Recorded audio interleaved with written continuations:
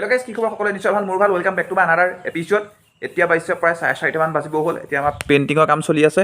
আপোনালোকক দেখাইছোঁ পেইণ্টৰ কাম চলি আছে। ওপৰতো কৰা হৈছিলে, তাৰপৰা তলৰখিনি কৰা হোৱা নাছিলে। এইখিনি বৰষুণ দি আছিলে। এতিয়া আজি অলপ বতৰটো ভাল কৰিছে, তাৰ কাৰণে আকৌ পেইণ্টৰ কাম আৰম্ভ কৰিলোঁ। আজি পেইণ্ট আনিলোঁ। পেইণ্ট আনি এতিয়া এইটো আপোনালোকে কালাৰটো ক'ব কেনেকুৱা লাগিছে। এতিয়া পেইণ্টটো এইটো কালাৰ কৰি থকা হৈছে। এইফালেদি এইখিনি মাৰি আছোঁ ৰং। এতিয়া ভাবিছোঁ আজি আপোনালোকৰ কাৰণে এটা খুব সুন্দৰ আৰু টেষ্টি ৰেচিপি বনাওঁ। এনেকুৱা ঠাণ্ডা বতৰত খাই ভাল লাগে, অলপ গৰম গৰম অলপ জালুকীয়া খাই ভাল লাগে। তাৰ কাৰণে ভাবিছোঁ আজি নৰসিংহ পাত অলপ লৈ যাওঁ। এতিয়া কোঁহ ওলাইছে নৰসিংহ পাত অলপ লৈ যাওঁ। তাৰপিছত জালুক দি কেনেধৰণে মানে সম্পূৰ্ণ প্ৰচেছটো আপোনালোকক দেখাবলৈ চেষ্টা কৰি আছোঁ। ব'লক পটাপট যাওঁ আৰু ভিডিঅ'টো এনজয় কৰক। নৰসিংহ পাতৰ আঞ্জা প্ৰস্তুত কৰিবৰ কাৰণে প্ৰথমতে নৰসিংহ পাতখিনি বইল কৰি ল'ব লাগিব। বিলাহী, আলু আৰু নৰসিংহ পাত গোটেইখিনি প্ৰেছাৰ কুকাৰত 2টা চিটি মৰাই ল'লোঁ। এইখিনি দেখিছে, এতিয়া চিটি মৰা হৈ গ'ল। এইখিনি এতিয়া এটা লৈ লৈছোঁ চৰিয়াটোত এইখিনি ঢালি লওঁ। তাৰপাছত কি প্ৰচেছ এটা সম্পূৰ্ণ ডিটেইলছত ভিডিঅ'টোত আপোনালোকক দেখাই যাবলৈ চেষ্টা কৰি আছোঁ। এইখিনি আলু, বিলাহী, নৰসিংহৰ পাত সিজি গ'ল। এতিয়া লৈছোঁ জালুকীয়া বনাম।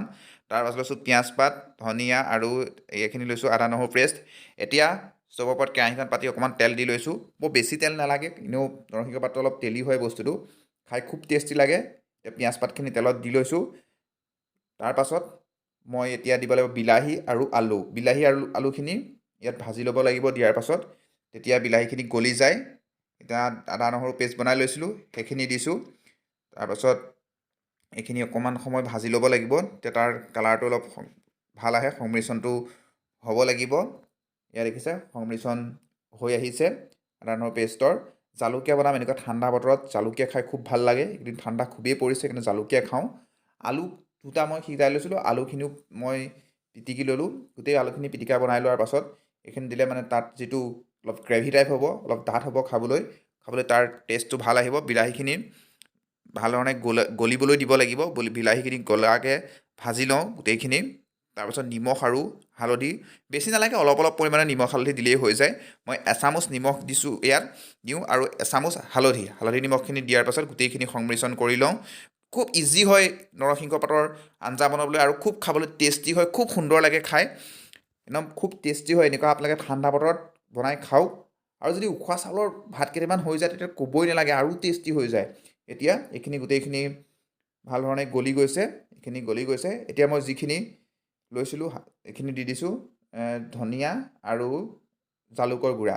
ধনিয়াখিনি সোনকালে কেলে দিছোঁ, মোৰ ধনিয়াখিনি বুঢ়া হৈ গৈছে অলপ, সেইকাৰণে ইয়াতে দি দিলে ভাল ধৰণে গলি যায়। তাৰপাছত যিখিনি নৰসিংহৰ পাত মই সিজাই লৈছিলোঁ সেইখিনি একদম গোটেইখিনি থেকেচি জোল উলিয়াই ল'লোঁ। এইখিনি জোলখিনি এতিয়া দি দিম। দিয়াৰ পাছত 15-20 মিনিট সময় এইখিনি ভাল ধৰণে উতলিবলৈ দিম। 15 মিনিটমান দিম। তাৰপাছত আপোনাৰ খুব সুন্দৰকৈ নৰসিংহ পাতৰ ৰেচিপি প্ৰস্তুত হৈ যাব। এতিয়া গোটেইখিনি উতলি আহিলেই হৈ যাব। একদম ধুনীয়াকৈ ল' ফ্লেম আছিলে, এতিয়া অলপ হাই কৰি দিছোঁ গেছটো।